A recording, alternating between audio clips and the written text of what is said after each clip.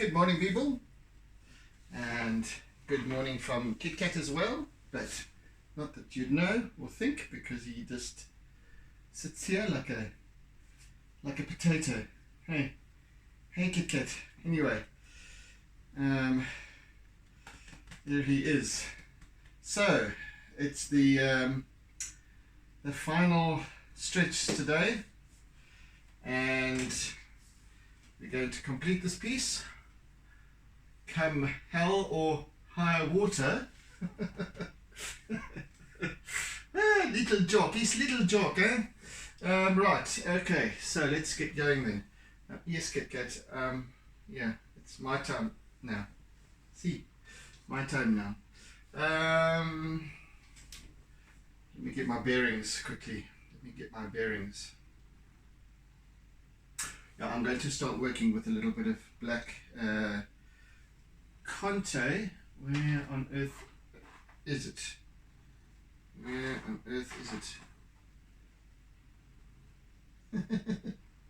Where's the square one? Good. Yeah, there it is.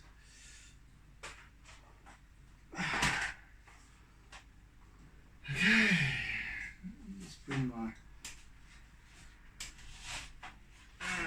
Let's bring those over here. Anyway, right. Some of the darker, specifically darker areas, the shade on this boulder, the shadow on this boulder, shadow areas on the boulder, quite deep.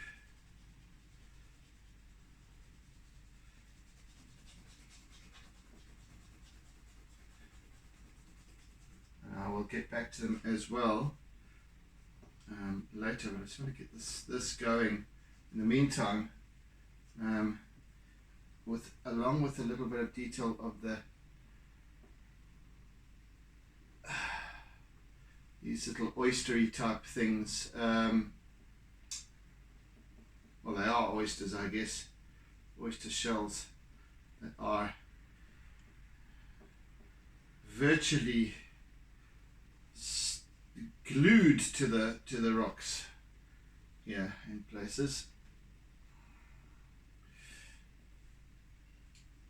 The strength with which these and like the limpets and especially these oyster shells attach themselves to rocks has always fascinated me. You can virtually not even prise them off with a screwdriver. They're insanely strong. Again, not a biologist, so I don't know what it is that causes that level of suction that allows them to attach like that. It's just incredible.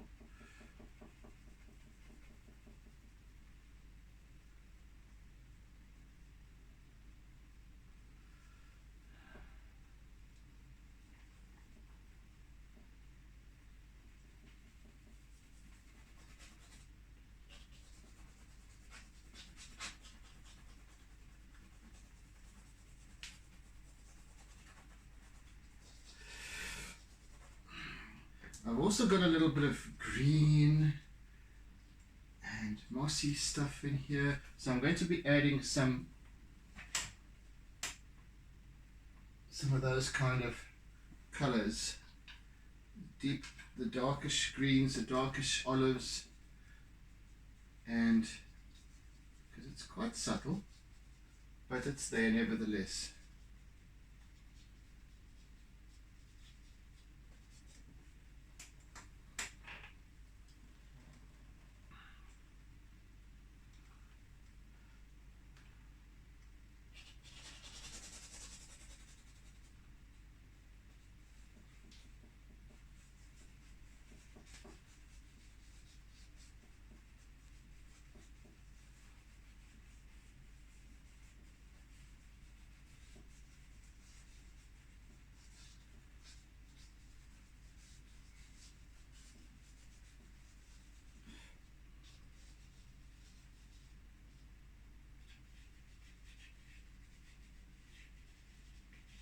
So this piece is more of a, the color is much more subtle, as you would have noticed from the previous piece, for example, and much more subtle, such that you can almost hardly notice it.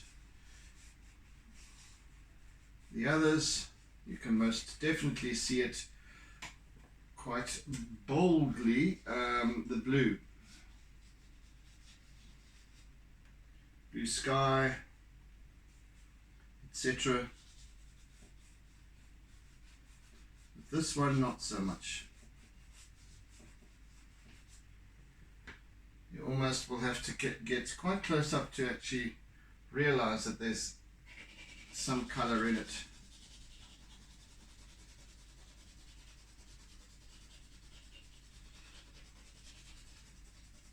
Which is exactly how it needs to be with this piece.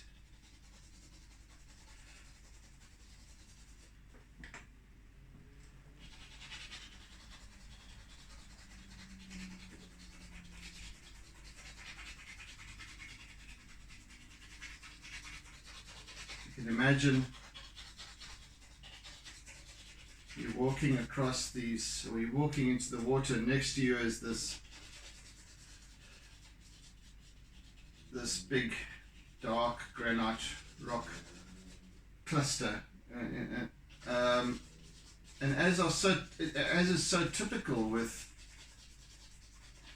our coastline here, with these big dark rocks, and anywhere in the world really, I suppose, and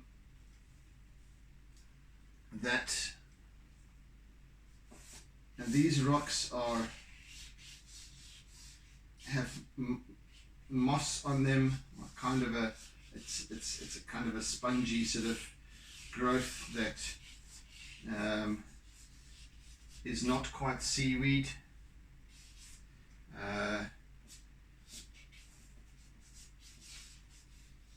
But it covers the surface. Some of them are more sort of dimpled than others,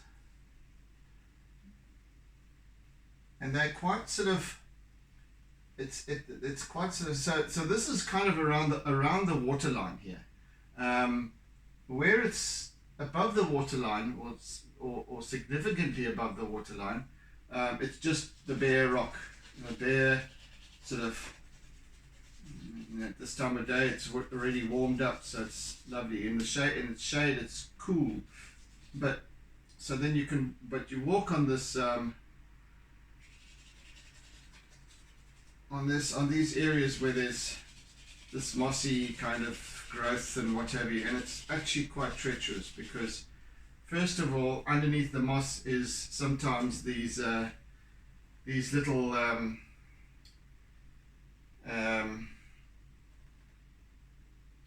barnacles and horrible little things that will slice your toe open, your heel open in an instant. And has done so to many of us, and probably on more than one occasion in our past. And it's not fun. And besides that, this can then be incredibly slippery as well. So you slip and then you cut yourself. Lovely. Slice and dice.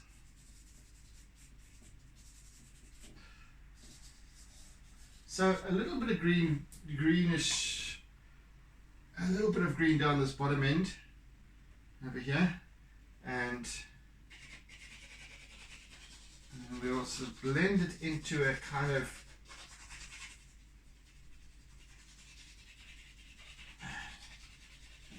a greeny, yellowy weirdness as it spreads out and towards this part, we'll get into the golden sand.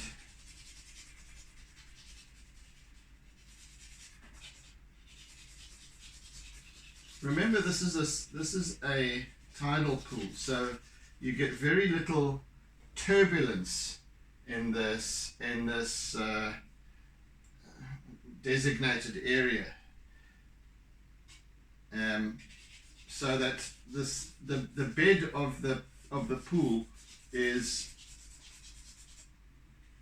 the same pretty much. It's just the sand. Yes, you get waves sometimes that come over the top of the walls of the pool, but otherwise it stays fairly placid, so that when the sun is shining on it, it kind of as it is here, especially where it's shallower. So now, if you can imagine, we're just entering this tidal pool that extends out quite a large area, and so the slightly deeper area is way over that way. But here it's shallow, so it's so we're still kind of getting our bearings. We're kind of just above, maybe above knee. The water comes just above our knees, and we're negotiating our way in. It's not treacherous here by design, of course. It's kids to play, old grannies to come in, and people like me to come and swim here.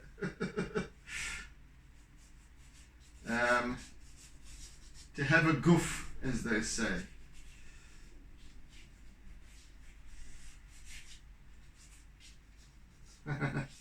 So yes,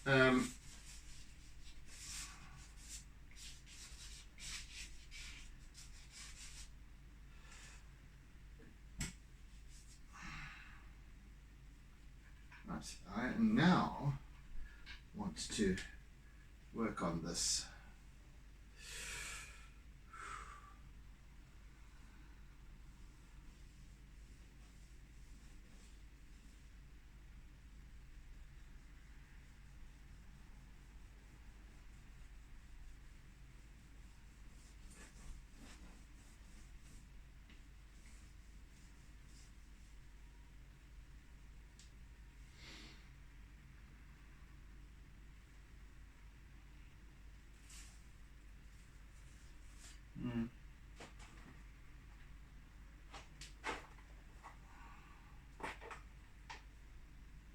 I want a little thin piece of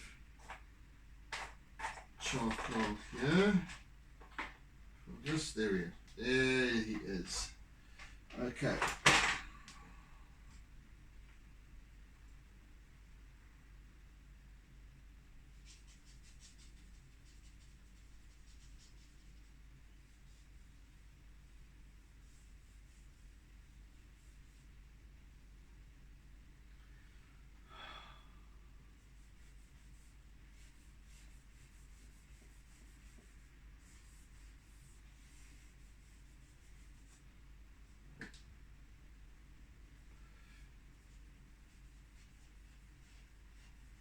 I'm also going to be using my chalk, my Conte on this, both black and white, because if you can imagine, the steel is now stridently more reflective than the rocks and anything else in this area. So it's this silver stainless steel and we've got sunspots that just flare up here, and yet, because it's in itself reflective, it's picking up the darkness of the rock on the inside and so on. So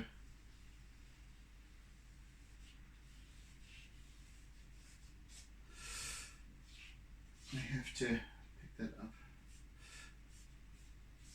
And as with any reflective surface,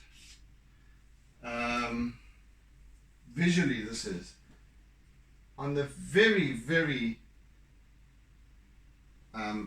inside edge, so you've got shadow on, let's say you have a ball, you've got shadow on this bottom side here, but on the very edge is light as it turns. Once again.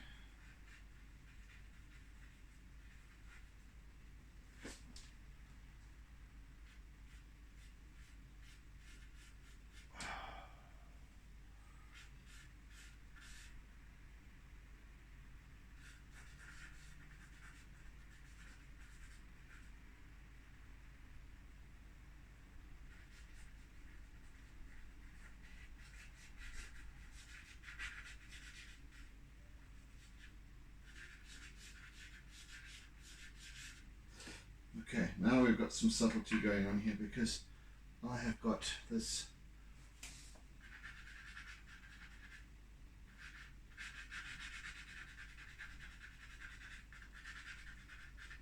sky also reflected over here, and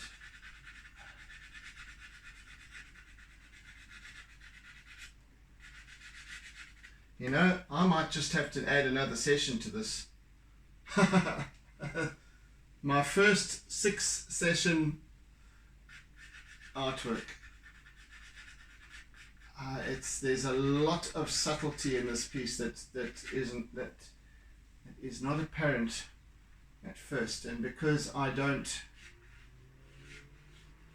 have expectations when I start other than just depicting what I want to depict. I can't envisage how long it will take, and I did say from the beginning I thought it would be at least a 5-session piece, but it's looking like there's enough of the detail to warrant a 6th session. So let's see. I said come hell or high water, but the tide hasn't come in yet. So we maybe are in hell, but not quite ready for the high water yet, huh? Anyway, we'll see. But yeah, I'm just looking at this now and going, all right, this is taking time. There's a fair amount of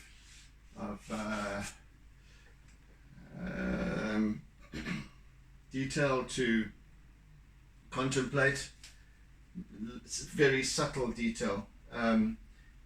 This reflective surface, especially over here, because now I've got a balustrade it's kind of almost touching the big boulder over here, but then goes into open space over here. It's that pole over there then enters the water over there, so the rest of the pole is refracted. Then where it enters the water here, we've got a reflection off this water surface of the pole above.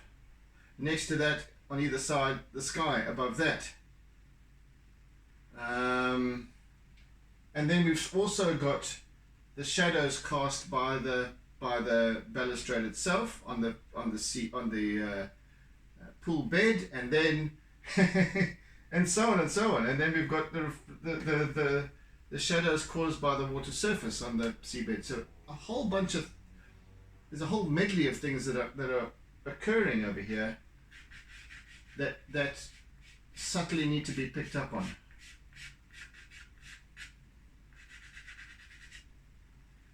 Yeah, so it's as I said, that this kind of stuff really fascinates me, because the more you look,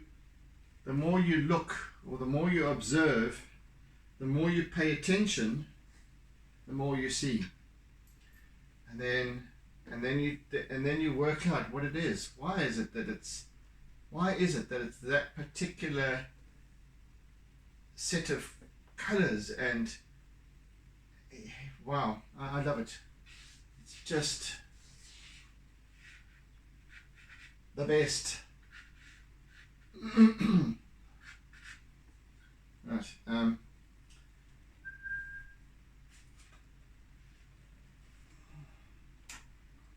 There's a kind of a goldy colour that I need here.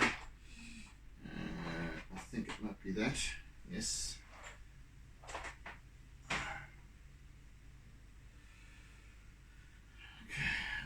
Goldy sort of mustard colour. Let's see. Let's take the wrapper off. this part. Come on. Yeah, oh, okay. Right then, break if you want to. Leave you over there, it's fine. Yes, I like to know that I am sufficiently done with a piece.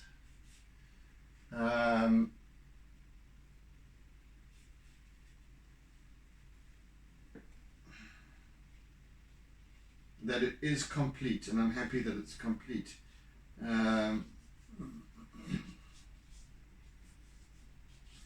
Without, at the same time, without overworking it, because there's always the danger of that happening, and artwork just then gets blown out. It just becomes so. You worry at it and you worry at it until it's just becomes dead. Anyway, that hasn't happened so far. Thank goodness.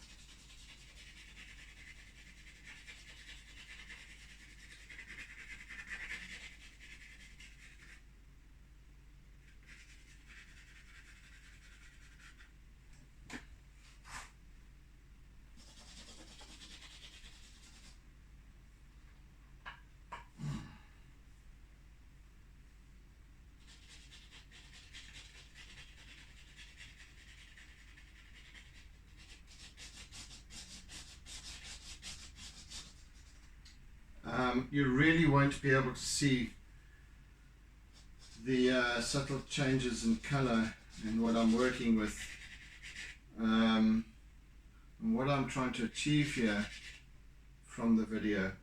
It'll be impossible because it's I'm working very lightly with this slightly darker blue. And also there's a sheen here that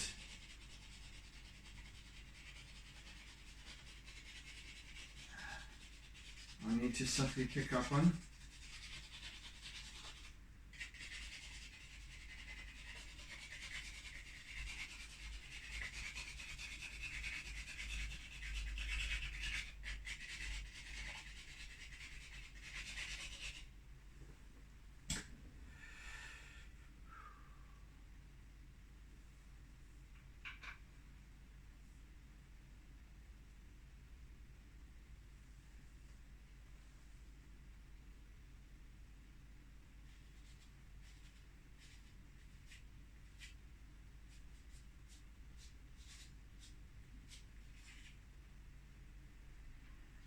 And this reflection is the reflection of the sky above is so subtle that you can only actually see it when there's something darker behind it, like a shadow, for example, on the pool bed. You can only really just start to faintly see it as the eye trajectory becomes more acute. Like not down here. If I'm looking here, I'm seeing the seed bed, but in the shadow area, I can just subtly pick up that blue reflection.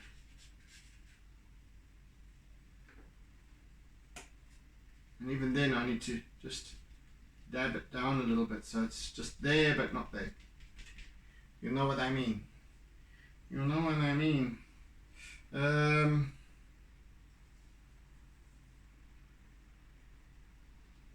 Okay. Now, there's a little, I want to use some of this very, very like lemon yellow in areas to pick up on some nice shapes, and that this lemon yellow will then, I'll make it a lot more subtle as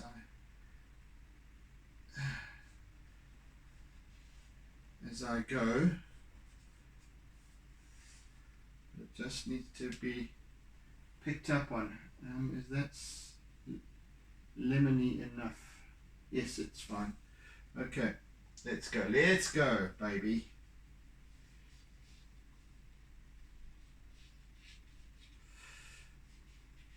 So these are the highlights of the light play on the bed of the pool.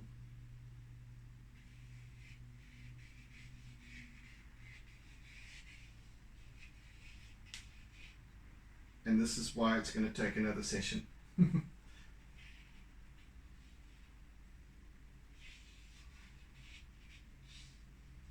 Because this lot has to be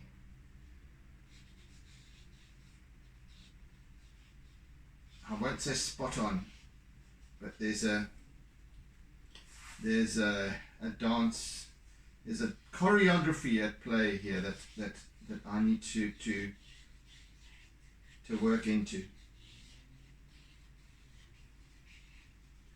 and it's extensive. It extends over this entire portion of the piece.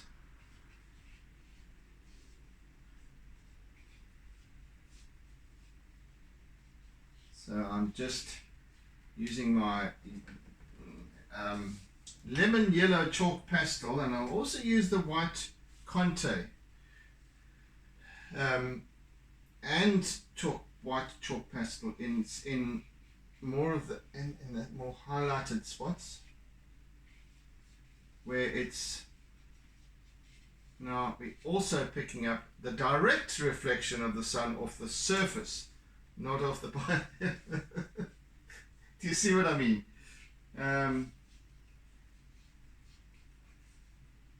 So much to see, so much to observe.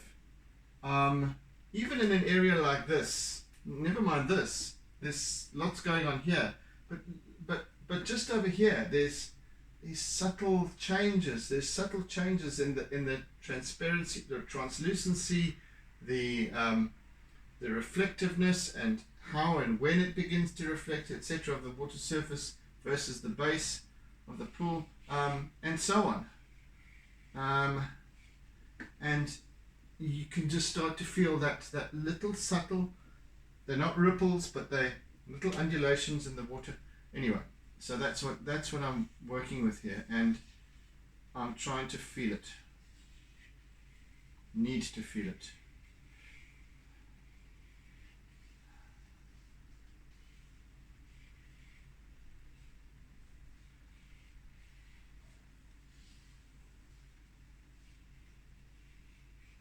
I need to do this slowly because I'm not trying to cover area. I need to work with this quite clever. Well, yes, cleverly, but I need to also be looking at how light suddenly just changes and tilts and veers off in another direction and then twirls. Absolutely fascinating.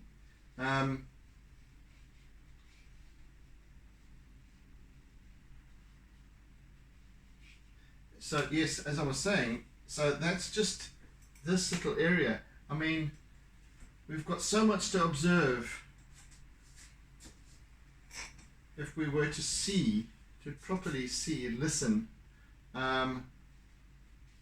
in this little area. Never mind the vastness that stretches out in our vision if we look up and we look about and then we start to take more in, but there's knowing that with every square foot, square inch even, there is infinitely more to see, and that's quite mind-boggling, really.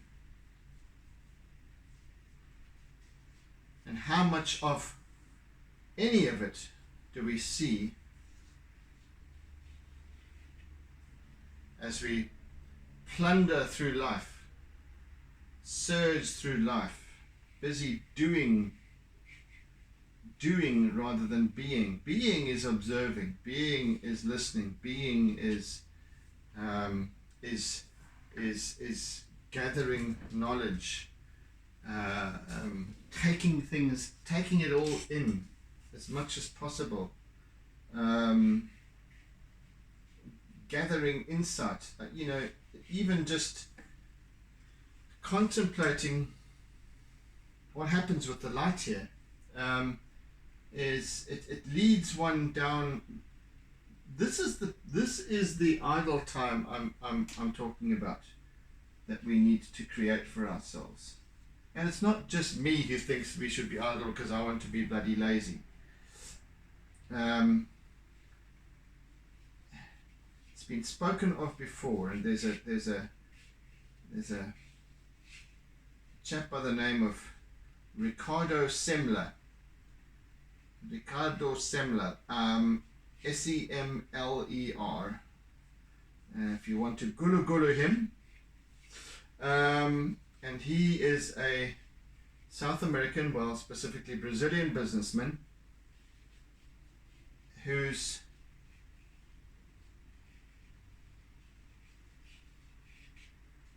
series of companies called Semco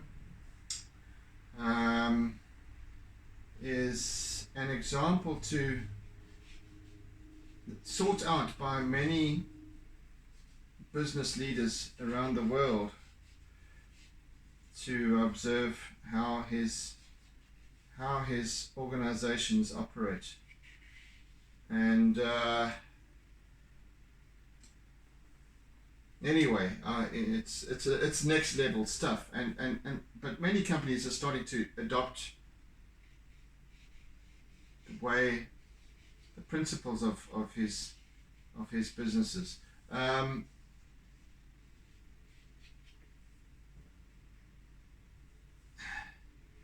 But what he said, that idle time is so very important. Creating idle time for ourselves, just to take things, just to sit back and take it all in without the distractions of being connected, being plugged in, without social media, without all of these things that drain us. They're there for a reason, and they serve a wonderful purpose if we use them consciously. And I guess we all fall into that trap sometimes of just mindlessly scrolling, and then going into some dumbass story that we kind of not even interested in the first place, and there we are, trawling through the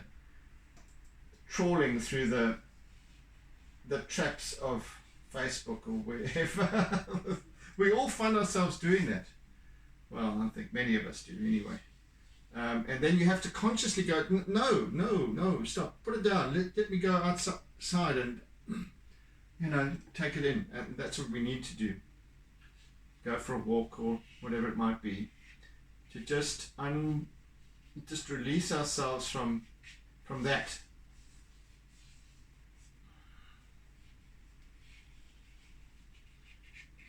And to just connect with the world around us. Take it in, give gratitude, all of that stuff.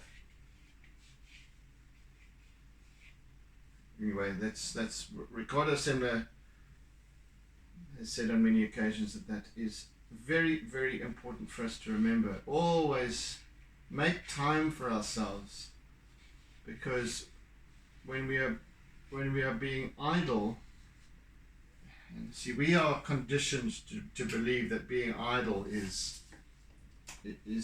laziness and all that sort of sloth and all that sort of stuff. Being idle, daydreaming.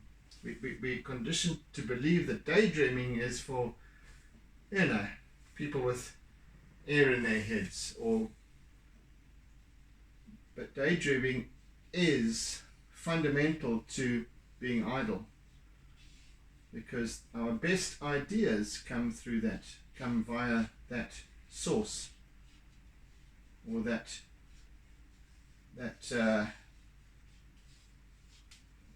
call it an activity, but it's a non-activity type of thing as well. It's just interesting. But don't believe a word I say. Check it out for yourselves. We always need to be questioning stuff. So if you're questioning what I am saying, and you're saying to yourself, "Oh well, he's just talking rubbish." Well, great. Well, prove me wrong then. Research it. And tell me that no, idle time is just being idle is being lazy, and it is exactly what we were told, led to believe through all the years of our existence.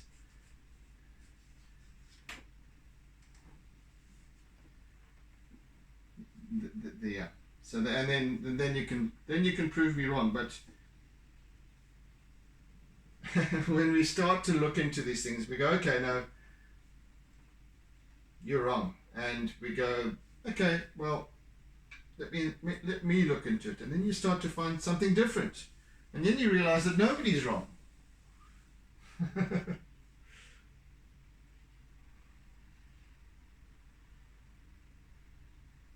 Absolutely nobody is wrong about anything.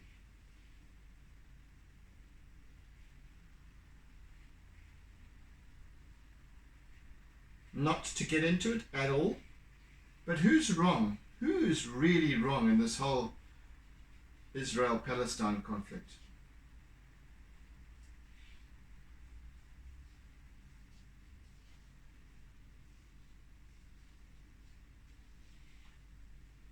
The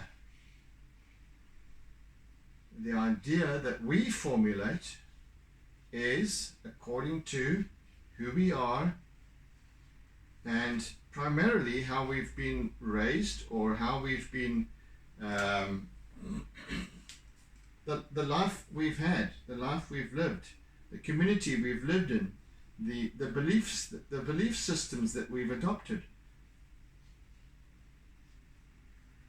At a point we have to actually question many of those, because we've just adopted them without actually giving them consideration, because it's been drummed into us since we were kids, at school. All the belief systems that we have today pretty much stem from that, from our peers, from our families, from wherever. Is it all absolutely true? Well, I can't say, but I don't know. We have to then just go and question it, or else prove it right. Prove it to ourselves, not anybody else, but prove it to yourself that what you believe, what you fundamentally believe is right.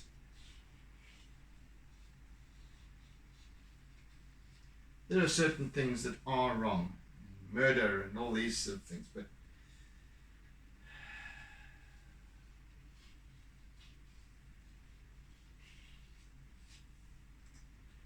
what we believe determines how we progress through life, and we believe according to the choices, and our choices are made according to how we are being. Look first to how you are being, and then choose what to believe in accordingly.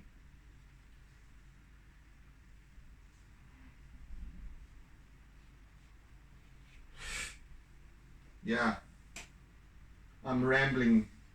I understand that. One of my mental meandering days. But I'm loving this. It's almost, well, it is. It's therapeutic. This is my idle time. This is my incubator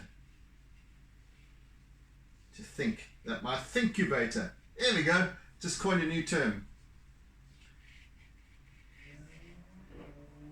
Heck, I hope I remember that. Thinkubator. Love it. Oh my goodness. You see what comes up when you start to play with ideas and just let them flow.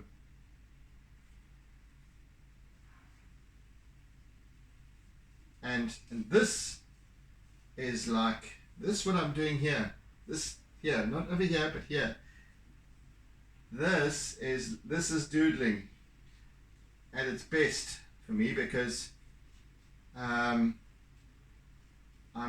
allowing patterns to unfold, and those patterns release a creative thought process. It's not about being artistic. Creativity is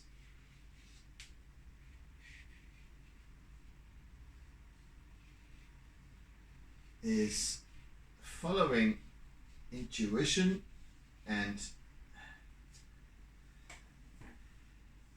observing, continuously observing, interpreting, and languaging stuff.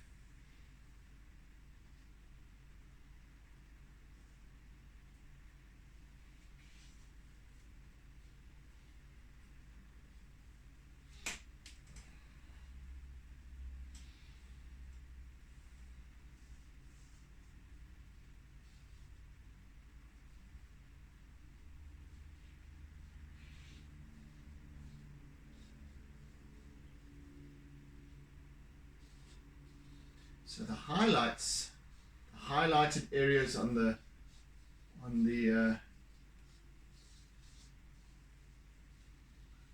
bed of this pool become less and less as the eye stretches away into the distance, and that distance not being much more than about 5 or 6 meters in this scenario.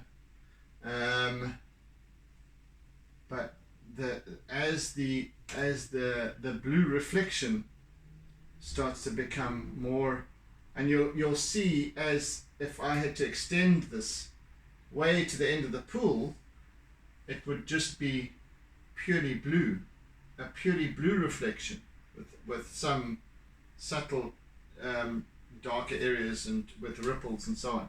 But you wouldn't actually see the bed of the pool anymore. Interesting.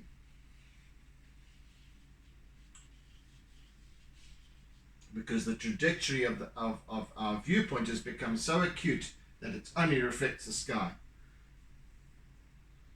Here our view angle is obtuse, so we're looking right down into the water at our feet almost.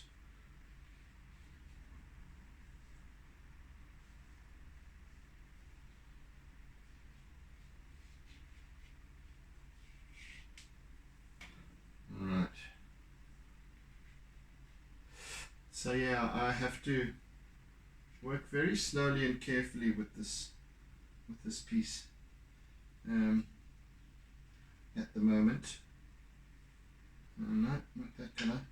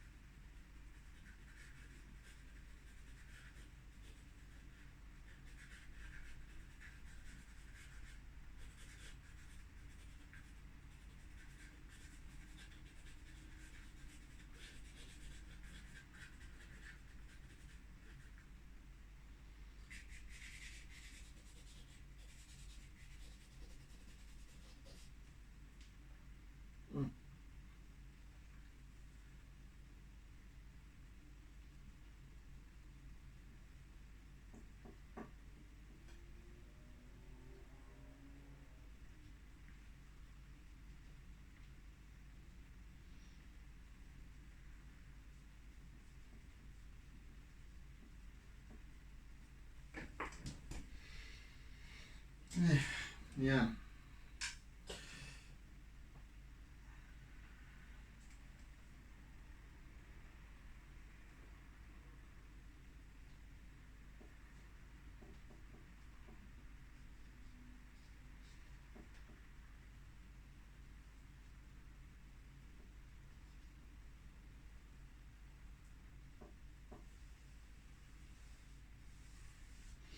In fact, I need to use my eraser for this piece, for this part.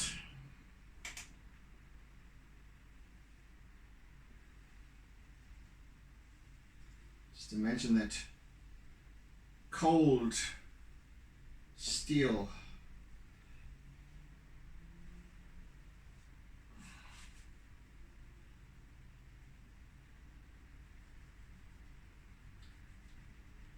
And this is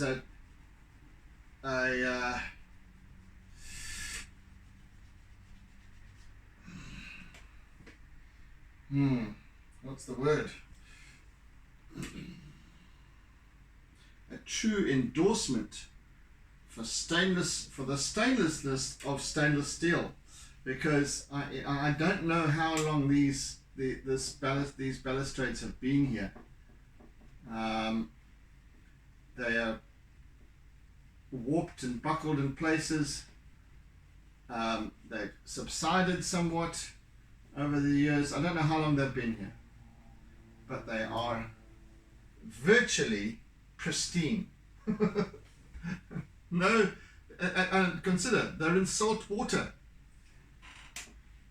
A thing that corrodes and rusts, so, we've all seen stainless steel that begins to rust. Kitchen basins and kitchens and what have you over time, and they form little bits of rust and what have you. So, but this, hell no. Fascinating.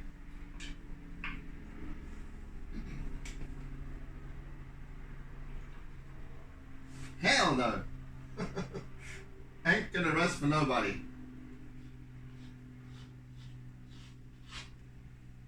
This little balustrade took a decision, perhaps, maybe 40 years ago? I don't know how long it's been here. Maybe somebody can tell me. If you are watching this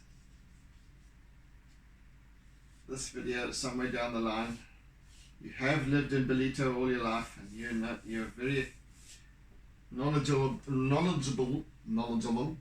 about the area, and you know when this balustrade was erected. Let me know. Love to know.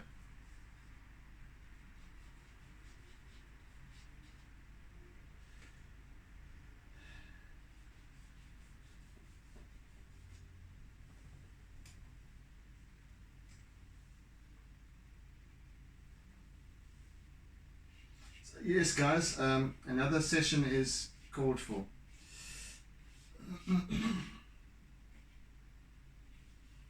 So tomorrow I shall complete this piece. No, really, I mean tomorrow's the day.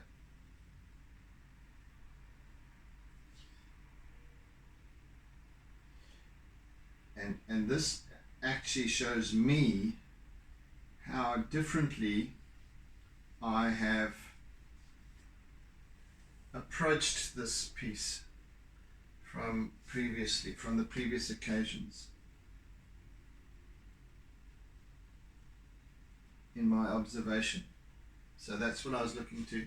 This is what I was looking to get into, and it wasn't about how I treated this balustrade, for example. It's about that. It's about this play of light, play of color, light, reflection, refraction, and all that stuff that I hadn't really contemplated fully before. So it's been a really awakening experience for me as well.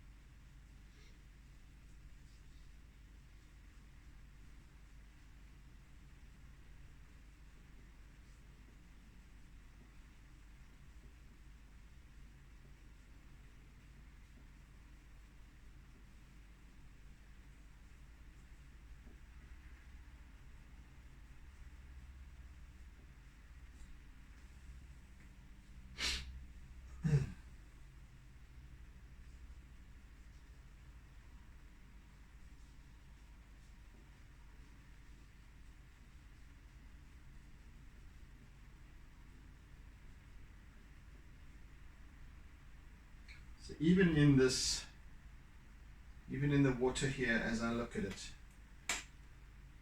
where exactly, let me just have a good squiz. Where exactly is that water line? It's so difficult to determine. It's kind of about there. Okay. Okay. It's almost impossible to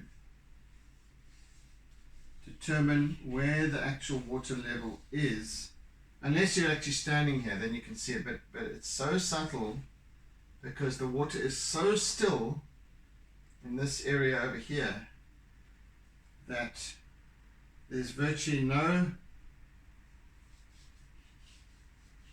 and it's because it's clear and it's not reflecting much at all. It's very difficult to determine where the water meets the rocks.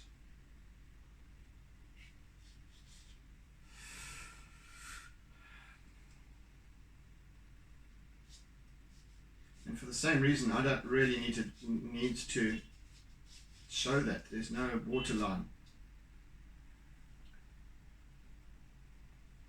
It just starts to show up a little bit where the especially with the harder edges, especially this balustrade, where it meets the water, then it starts to distort and shapen. It become misshapen with the ripples, etc.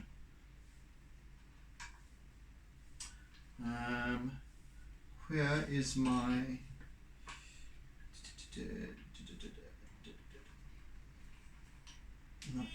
not you. I'm looking for that. Not you. Where are you, swine? Goodness gracious me. I thought I'd put it here. I'm looking for my compressed charcoal. Is that you? No. No. Goodness.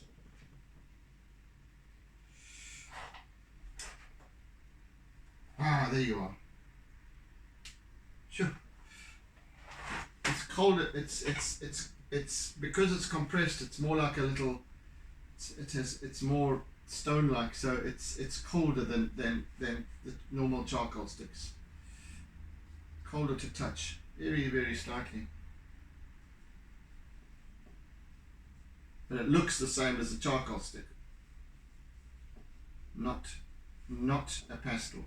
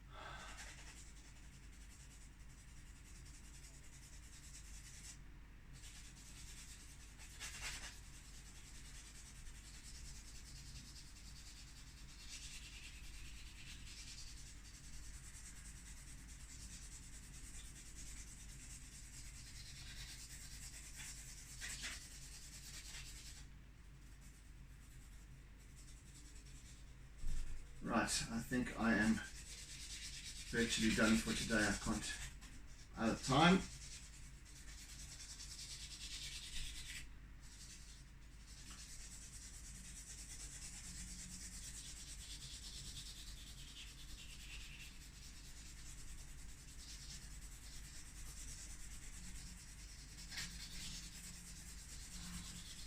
Right.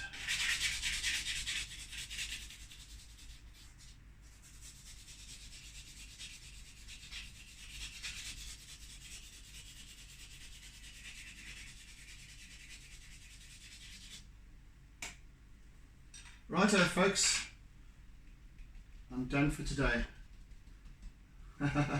So much for finishing this piece today, huh? So much for promises that I made. Yeah. Anyway. Shoulda, coulda, woulda. Anyway, guys, thank you for joining. Thank you for sharing. The little button down the bottom, please.